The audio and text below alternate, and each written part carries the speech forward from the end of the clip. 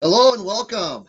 Thanks for spending some of your precious time with us today as we put our marketing hats on and dive into the great topic of inbound and outbound marketing and how to use both of these marketing tools to your strategic advantage. My name is Chad Collette. I'm the Director of Marketing here at Ledger Partners, where we help businesses transform their approach to sales, marketing, and customer service by aligning these teams to focus on improving their customers' experience through CRM and marketing automation. Now, before I introduce our presenter, I have just a couple quick housekeeping items to cover. First, the big question on everyone's mind. Yes, today's webinar is being recorded, and it will be available on demand after the live session. All attendees will receive a follow-up email after the webinar is complete with a link to access the presentation. So make sure to add ledgerpartners.com to your safe sender list to ensure deliverability of our emails directly to your inbox. Now, for the best audio quality, we have everyone on listen-only mode. But if you have a question, and we really do encourage those, please submit those in the question pane of your GoToWebinar control panel. We have a lot of information to get through today, and we want to be respectful of everyone's time, but we will follow up offline and answer every question that is submitted. Now that we've got those details out of the way, on to our featured content. You know, if you do a Google search for inbound and outbound marketing, all the top results have these two proven strategies kind of pitted against each other. It isn't inbound and outbound. What you see is inbound versus inbound, as if marketers have to pick one or the other, instead of using both together to kind of catapult your marketing efforts. I, for one, love both these tactics, and so does Karen Casey, who's a senior manager of channel enablement and marketing at Acton Software. And Karen's agreed to spend the next 45 minutes with us today sharing how you can use both inbound and outbound to activate your dual-powered marketing. Karen, thanks so much for joining us today.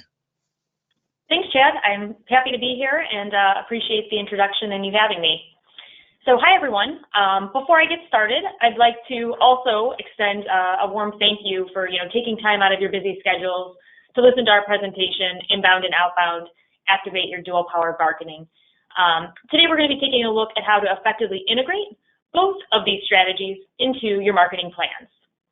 So as a marketer, I'm frequently asked, which method is better, inbound or outbound? But the reality is it shouldn't be an either-or decision in today's digital marketing world.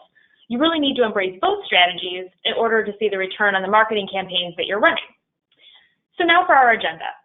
I'll begin with defining each strategy. More specifically, we'll be taking a look at the modern definitions of each strategy and highlighting some of the major characteristics of how these definitions have changed as digital marketing has evolved in one of the leading channels for connecting with customers and prospects. I'll also take a look at some of the tactics and best practices associated with each strategy, and I'll share some tips for how to integrate both strategies into a cohesive plan. And then I'll wrap up with providing a framework for how to evaluate and measure the success of your efforts.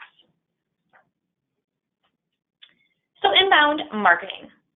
How has this historically been defined? Well, the funny thing is it doesn't really have a historical definition because it's relatively a new concept that has emerged. If you think back to maybe about a decade ago, buyers realized they could choose their own journey when it came time to research and discover products that they were interested in. And then rather than relying on vendors for information, buyers turned to the internet to conduct their own research.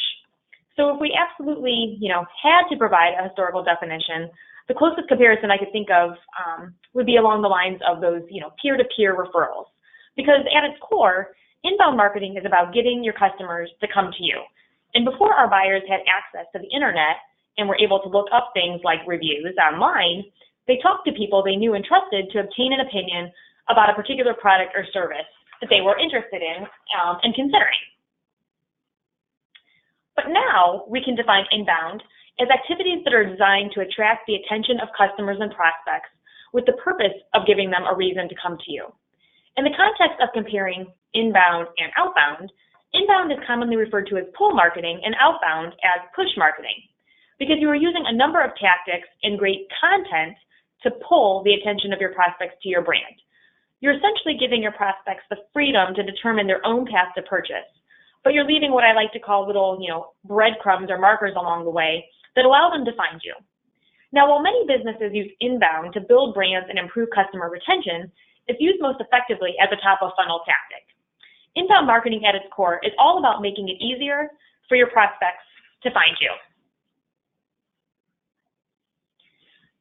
You can effectively implement an inbound strategy a number of ways, but here on the screen you can see some of the most effective tools in an inbound strategy: blogging, SEO, social media, content marketing, and review or referral sites. You might notice that all of these tactics or tools offer a certain level of autonomy that allow prospects to find information on their own. And if executed properly, all of these tools will help draw attention to your company. It doesn't matter if you are new to inbound or are just looking for ways to improve. Most businesses today see the opportunity in inbound marketing as the role it plays in relation to outbound marketing. Which brings us to outbound. Now, outbound in the past has always been about pushing your message to mass audience. It's sort of this, one-size-fits-all approach.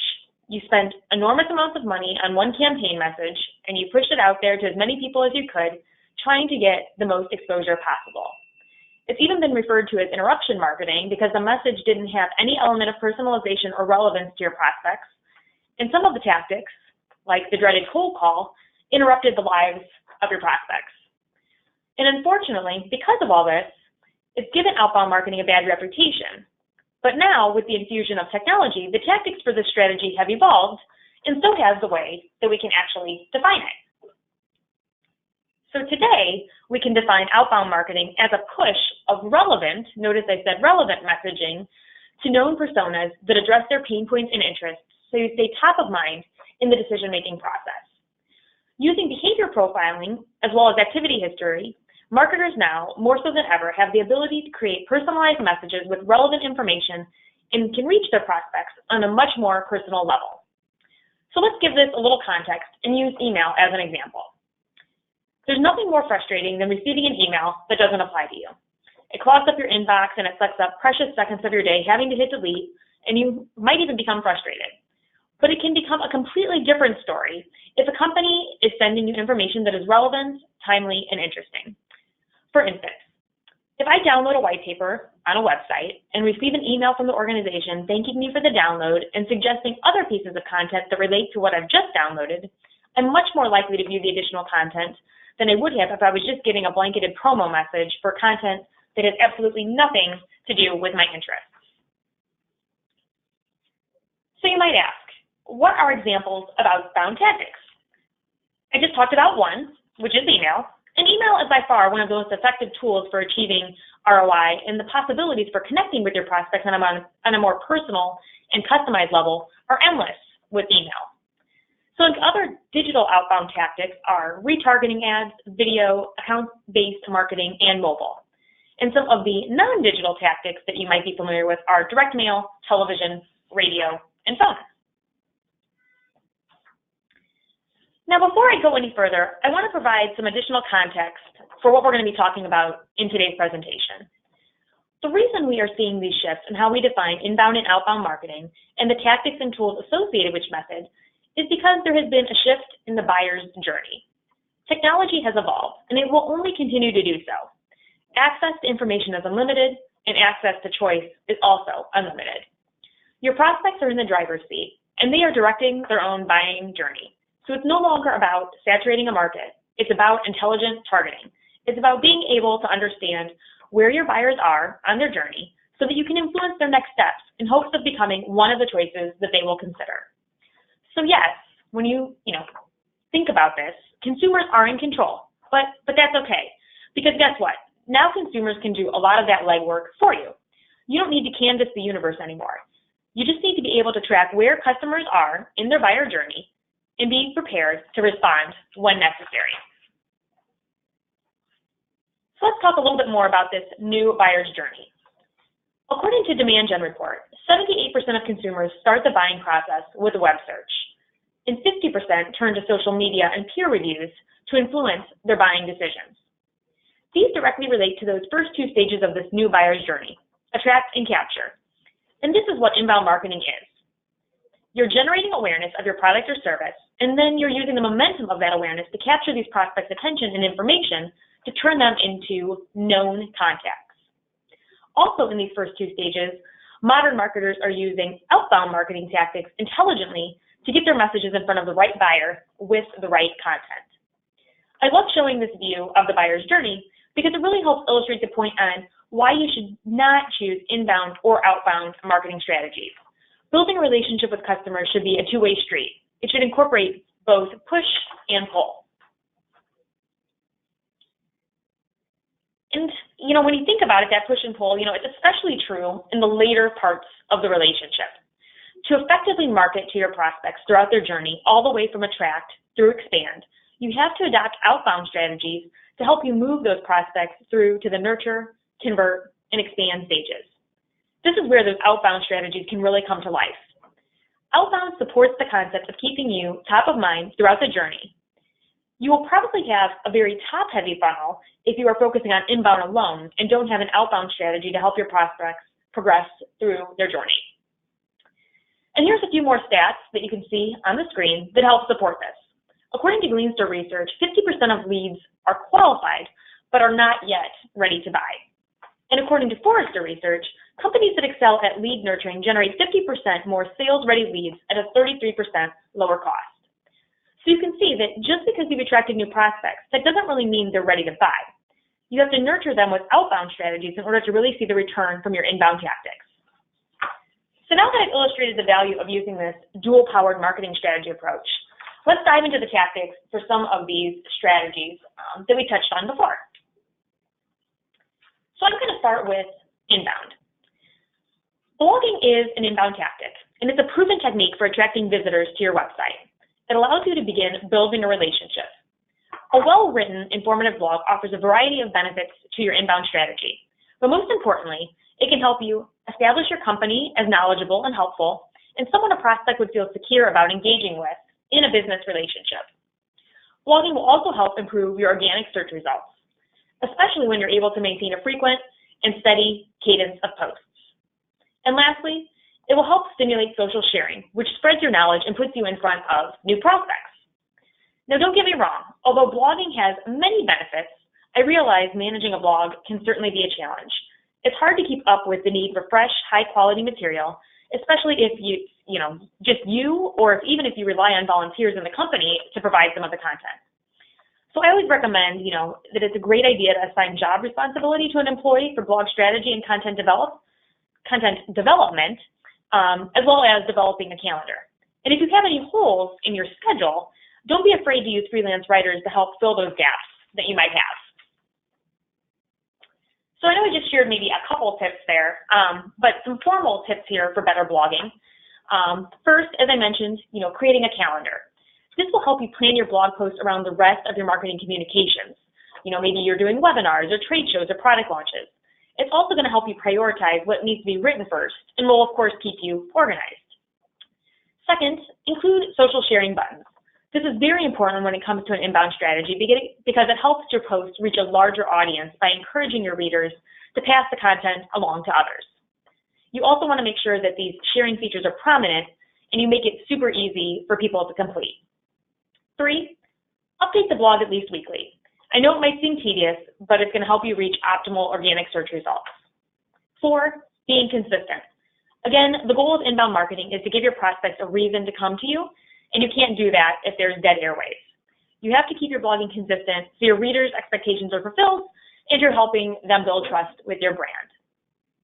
5, use keywords that match your blog copy. This kind of gets a little bit more into the weeds, relating to SEO strategy. But again, we want to just make sure that the keywords you are targeting for the blog actually relate to the content. Volume of traffic coming to your blog isn't going to be very useful if your readers' expectations are not met and they don't find it actually relevant to them. 6, more on that relevance, making your content valuable to your reader. You want to offer as much useful and educational information as possible, as well as really try to avoid any self-promotion. Of course, there's exceptions to this rule when it might be, beneficial to write a blog. Maybe you've got a new product launch, or some kind of awesome PR circulating. Obviously there's always exceptions to the rule. But in general, blogging is not, the venue for a heavy sales pitch. And last but not least, add a call to action. This is a subtle way to help you actually generate some leads from the blog. Add in a gated offer to, some additional content that is relevant to the post, so your readers can expand their learning and knowledge on that particular topic. Now let's shift to SEO. The key to success in online marketing at its most basic form is to capture the attention of the masses that rely on organic search. You want to make your content the best answer when people are searching for information to an issue or problem that your product or service helps solve. In these days, quality is everything. Gone are the days where you stuff your content with keywords and tricks intended to fool those search engines. Google is definitely getting smarter. Their algorithms have changed, and as a result, there is now less of an emphasis on mastering the traditional tricks of SEO and more emphasis than ever before on the fundamentals of good writing. It's all about relevance and quality now over quantity. You need to build a robust website which serves educational content and answers the questions and serves the needs of your prospects. The golden rule for SEO as it stands today is to write for people and not for search engines. And here once again, I've got 4 tips that will help you optimize your website for search. Number 1, know your audience and the language they use. Use words and phrases that your audience uses throughout the content on your pages. Remember, your audience is the one entering the question in the search engine, so you have to put yourself into their shoes and ask yourself, how would I search for a solution for this problem? 2, write better content. This is going to keep visitors on your page longer, and the search engines are going to recognize that. 3, include title tags. Make sure you're writing your title tags to indicate exactly what is on the page. Use keywords early in the title, and keep the tag between 8 and 55 characters. And remember, that does include spaces. And lastly, use responsive design. I cannot stress the importance of this tip enough. According to eMarketer, tablets and smartphones are driving 39% of paid search clicks in North America. So you're missing out on traffic if you're not optimizing your site for multiple screen sizes. You need to make sure that your website displays correctly and is easy to navigate across different screen sizes and devices. Now I'm going to shift gears to social media. Both consumers and businesses alike are using social media to connect with brands, research solutions, and solve their customer service problems. According to Forrester's Social Technographics report, 100% of business decision makers use social media for work purposes, so an active presence on social media is mandatory for most companies today. But, where do you begin? You need to start by identifying the networks where your customers expect to find you. So this can be different depending on the business that you're in. If you're selling B2B, this is certainly LinkedIn, and then possibly Twitter or Facebook. If you're selling to consumers, you should begin with Facebook and consider Twitter or Pinterest. Then you need to develop a library of compelling content. People are not going to pay attention to you on social media unless you have something interesting to tell them. You need to develop a content strategy before you can begin your social media program. You can definitely pull in content from your blogs, white papers, ebooks, videos, etc. And another way to use social media is for PR purposes. For instance, using social to promote a live event or trade show, or announcing a product launch or a new hire for your company. The options are endless, but the point here is that you're providing a method for your prospects to connect with you and build trust. But just because you're posting on social channels doesn't mean people are always going to engage with your posts. So here are a few tips that's going to help you create social posts that your readers should engage with. Tip number 1, develop a tone that is familiar and comfortable with your audience, which also represents the style and culture of your company. 2, pose questions that simulate engagement and responses. This is going to help prompt sharing. 3, maintain a steady cadence of posts. This could be daily, weekly, monthly. The important thing is just don't go hot or cold. 4, use multimedia to help keep your post stimulating by providing a variety of different types of images, videos, text, and infographics. And tip number 5, don't be afraid to push the envelope, or at least don't be afraid to push it a little depending on what industry you're in. Social networks are expected to be more freewheeling, so try something out of the ordinary. So I know I've already been going over a ton here regarding the inbound. I've got one more inbound tactic that I'm going to review today, and that is content marketing. Customer education has long been an effective sales and marketing approach, but now buyers research products and solutions online well in advance of directly engaging with sellers. Marketers must provide plenty of information online and off to inform buyers and gain their trust so you stay top of mind when they're ready to buy. According to the Earnest Agency, 78% of buyers are hungry for information around their business challenge, and it's your job to provide it. And by creating content that helps answer their questions, you can move your prospects closer to becoming customers. Content, as we all know, comes in an infinite variety of forms. But the key characteristic of content marketing is that it serves some business purpose through education and information versus persuasion. You want to avoid that salesy pitch at all costs. Despite the value of content marketing, it is still a relatively hard strategy for marketers to adapt and master. In fact, a recent study by the Content Marketing Institute shows that while most marketers are using content marketing tactics, few believe that they're actually using it well. So to help you out, you guessed it, we have a few tips that will help you start and or optimize your existing content strategy. Number one, analyze your customer's buying process. We briefly discussed the 5 stages of that new buyer's journey earlier in the presentation: attract, capture, nurture, convert, and expand. It is important to consider each of these stages in your content plan because you need to make sure you have content that speaks to each of these, and as well as to each of the different personas that you might be targeting. Which brings us to number 2, understand and segment your audience, or this is also commonly referred to as developing buyer personas. This is an effective way to uncover who your target customers are, which helps identify what topics your content should be covering. Start by asking yourself, and maybe even, poll your sales team. Ask them a few questions like, who are our ideal prospects and customers? How do they go about making buying decisions? What are their questions? What are their pain points? What are their common objections? What do they perceive as valuable? Being able to segment your audience by persona is going to make a huge impact, especially when we get into the outbound tactics. Tip number 3, identify the right content formula. To do this, you need to make sure your content is doing different things at the different stages of the buyer's journey. For instance, in that attract stage, your content needs to generate interest in the company and establish yourself as a thought leader. In capture, you want to stimulate purchase consideration and position your company as a provider that they are going to want to work with. In nurture, you want to continue to provide informative content that helps educate how you can solve your persona's particular pain points. In convert, you want to provide content that shows a great customer experience, things like testimonials and reviews. And then expand, you're moving over to customer marketing mode, and you're trying to engage this individual as a brand advocate and being able to educate them on how to use your product to its full potential. And lastly, tip number 4 conveniently coincides with the rule of 4. The rule of 4 states that any piece of content can be repurposed up to 4 times. So for instance, this webinar, we could turn this into an ebook and eventually a blog post, and maybe even an infographic to show how inbound and outbound strategies can be combined.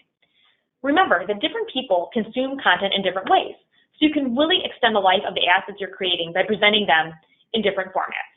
You're getting the maximum impact and making the process of creating new content much more manageable because you might be able to reduce the number of new topics that you're actually creating. So now that you've captured your prospect's attention, the landing page is where everything comes together and your inbound efforts really pay off.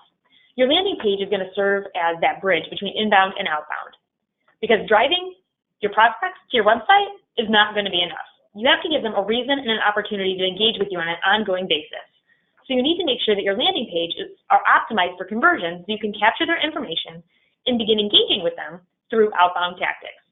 Here on the screen, we have an example of an outbound landing page, which invites prospects to take a video tour of our platform. You want to make sure that every inbound CTA has a dedicated landing page. This includes SEO, your blog, and social promotions, basically anywhere you request a click or a visit to a particular page. You also want to make sure that your landing pages have forms so you can capture information.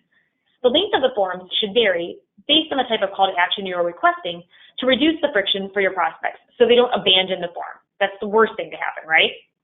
A good example of this is asking someone to sign up for a newsletter versus asking someone to sign up for a webinar. For the newsletter, you really only need a prospect's email address to send that out, so you want to keep the fields on that form as minimal as possible. But for a webinar, you can get away with asking for more information, especially if the information you're asking for is pertaining to the webinar topic. So if you're promoting a webinar on the benefits of integrating technology platforms to your CRM system, there's not going to be much friction if you are asking what CRM that user is using during the registration process because it's super relevant to the topic. You should also consider conducting A/B testing to help improve and optimize your conversions. This is going to help you determine what the optimal headlines, body copy, layout, colors, images, and CTAs are. So now I think it's time for us to transition into the digital tactics for outbound. we're going to briefly touch on many of the digital tactics, but we're really going to focus on the benefits of email and nurturing specifically. So first up, email. Judging by the size of most people's inboxes, it's easy to think of email as spam. But believe it or not, email is still a marketing powerhouse. It's one of the most effective methods of communication in terms of return on investment.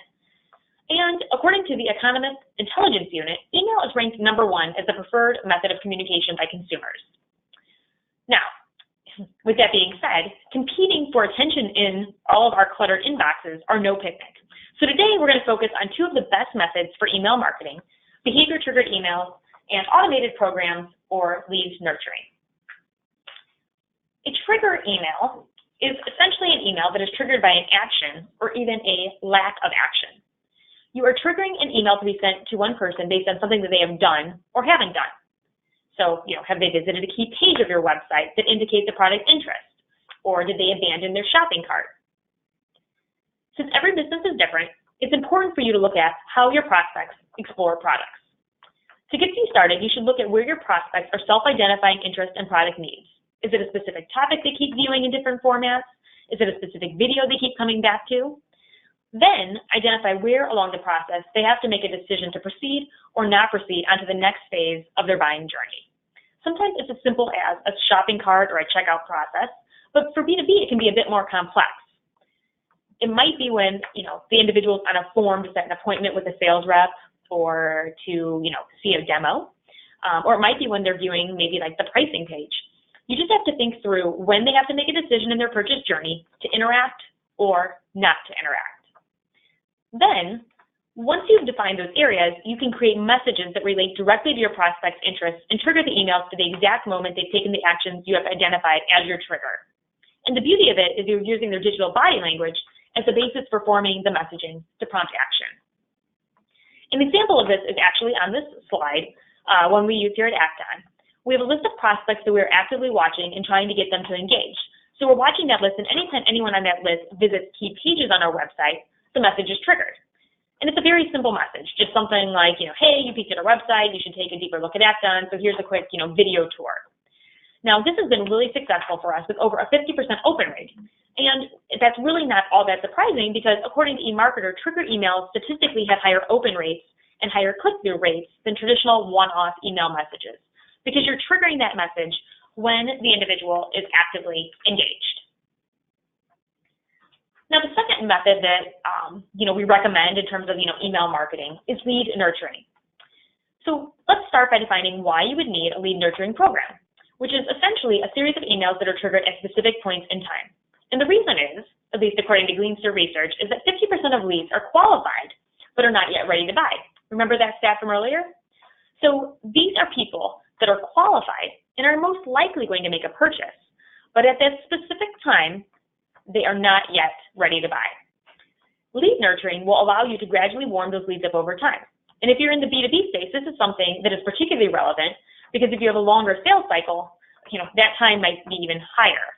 When a lead comes in that isn't ready to buy, that doesn't mean they're never going to buy, and you don't want to just ignore them. So you want to nurture them and warm them up. So you keep communicating with them so you stay top of mind throughout that whole entire sales cycle. Now remember, lead nurturing is not about making the hard sell. That will come later once they're qualified and warmed up. Nurturing is about educating, responding to their needs, and building trust with them through the series of emails that you are providing. So you're sending highly targeted messages based on different layers of data you're collecting, like segmenting on buyer personas and the different stages that they are at in their purchasing journey. The best advice I can give you for lead nurturing is to map it out. So here's just, a simple, kind of a, a flow chart kind of thing here on the screen. It makes it much easier to determine what your decision steps should be and how the leads will reach sales once they've been warmed up to a point. Maybe they've hit that specific score threshold that you've designated as a tipping point for alerting sales that they are ready for contact. The next tactic for outbound that I want to go over and cover today is retargeting. Retargeting is the process of cooking your prospects and using a retargeting network to serve your ads to prospects on the sites they are visiting, even websites that are not your own and can even be completely unrelated in terms of topic. I'm sure many of you have probably experienced this firsthand.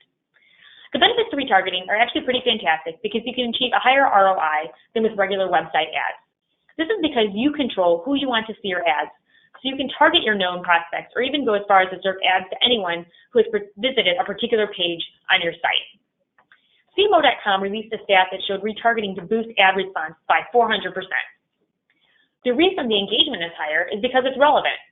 Even if your prospects know who you are, it usually takes multiple exposures to move a prospect closer to the purchasing action, and retargeting allows you to do that. It gives you that additional exposure. Next is video marketing. Video marketing is highly versatile because it can be used in both inbound and outbound strategies. Today, I want to focus on how video can be utilized in your outbound strategy to help you increase engagement with prospects. Video marketing is designed to help increase education about your product or service and promote your brand, which is very similar to the ultimate goal of outbound marketing. You want to educate and engage known prospects with relevant information so they're more likely to consider you in their decision-making process.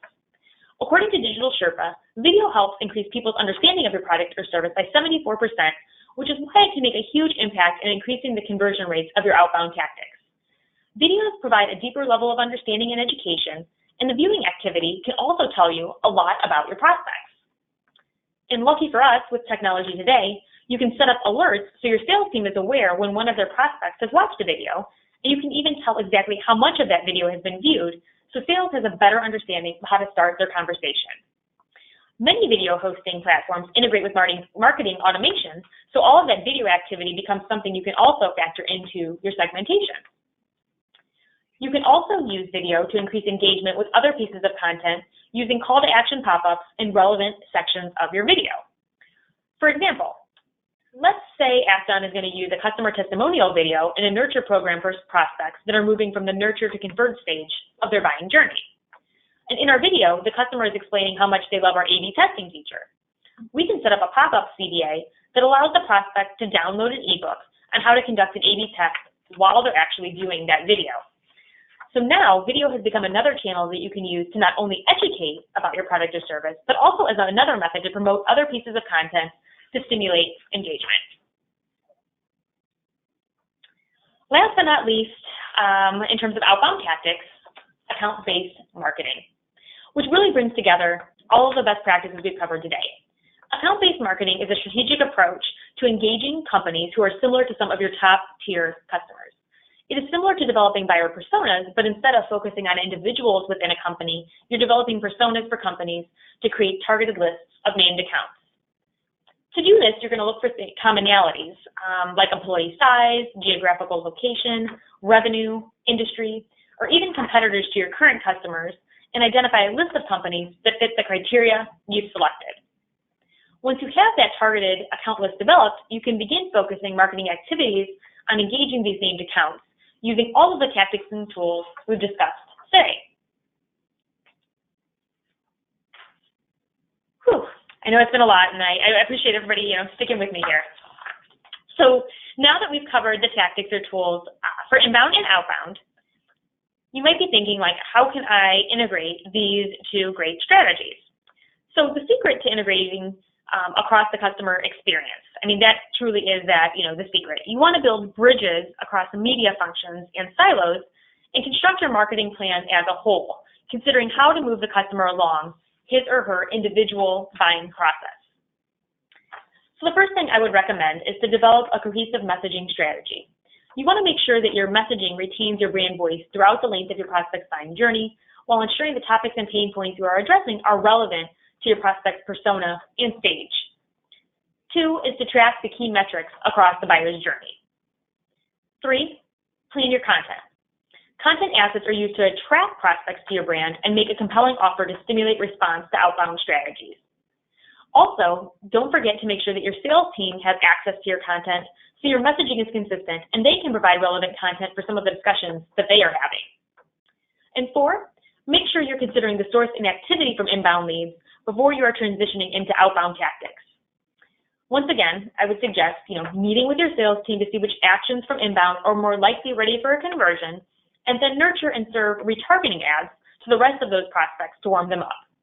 This also will help align your sales and marketing teams. And lastly, develop an integrated mindset. There should be no walls between inbound and outbound. They both contribute to the opportunity to attract, convert, and expand customer relationships.